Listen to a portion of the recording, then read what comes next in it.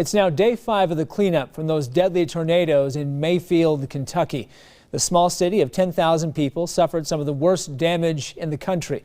That tornado outbreak ripped through the South and Midwest, killing at least 88 people, 74 of them in Kentucky. Meanwhile, Governor Andy Beshear says 122 Kentuckians are still unaccounted for. I still expect that we will find at least some more bodies. There is just so much destruction. Up to 24,000 people there in Kentucky without power. Today, President Biden is expected to survey the storm damage in the places hit the hardest. In the meantime, people across the country are making their way to Kentucky to help in whatever way possible. That includes several volunteers with the Utah Red Cross putting their Christmas break on hold.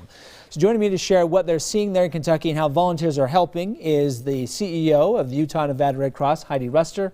And then joining us live in Kentucky through Zoom is Steve Nelson. They're, of course, live handling the situation there on the ground. Good morning to both of you. Good morning. Good morning. So let me, Heidi, start with you. How many Utah volunteers like Steve are in Kentucky as we speak? Right now we have 5 out there, and we have several on standby depending on where the needs are greatest. So you have a lot of, at least that our initial surge of people helping in this situation. That's right. Steve is out there, of course, as we are talking here this morning. Steve, you're giving up, I understand, your Christmas to help people in Kentucky. Yes, I'm doing that willingly. I support the progress of the Red Cross and other VOAD members who are committing their time also to the relief of Kentucky. So what are you doing to help people there? I'm working as a community engagement partnership. I'm working with VOAD groups directly. I'll be going down into not only Mayfield, but the other counties, south, southwest, where the tornado had initial entry into Kentucky and crossed the 200 miles that went clear past Bowling Green.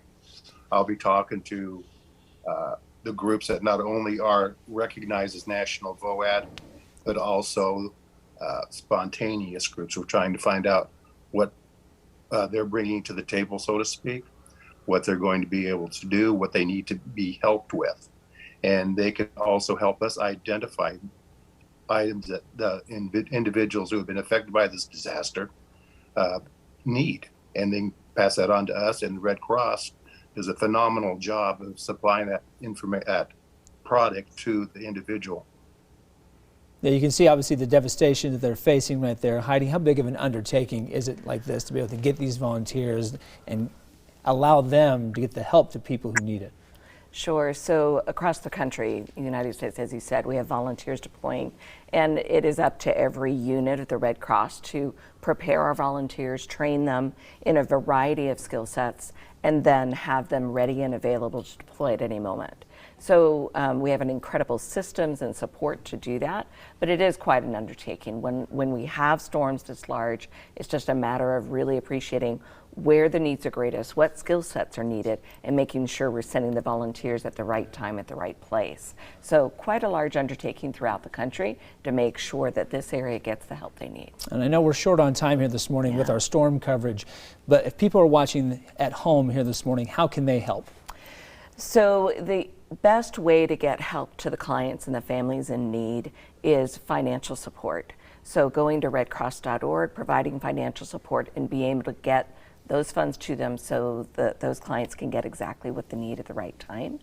Otherwise, donating blood would be super helpful. We have had at least 200 units that we haven't been able to collect and more because of the cancellation of drives and so forth in that area. So we're all throughout the country trying to up the number of units we're collecting. So signing up for a blood appointment at redcrossblood.org or downloading our app would be awesome. So there's an opportunity to be able to help. Of course, we'll have the information on our website, abc4.com.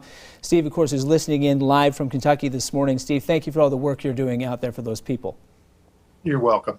Thank you for all your work as well here, Heidi. Appreciate it.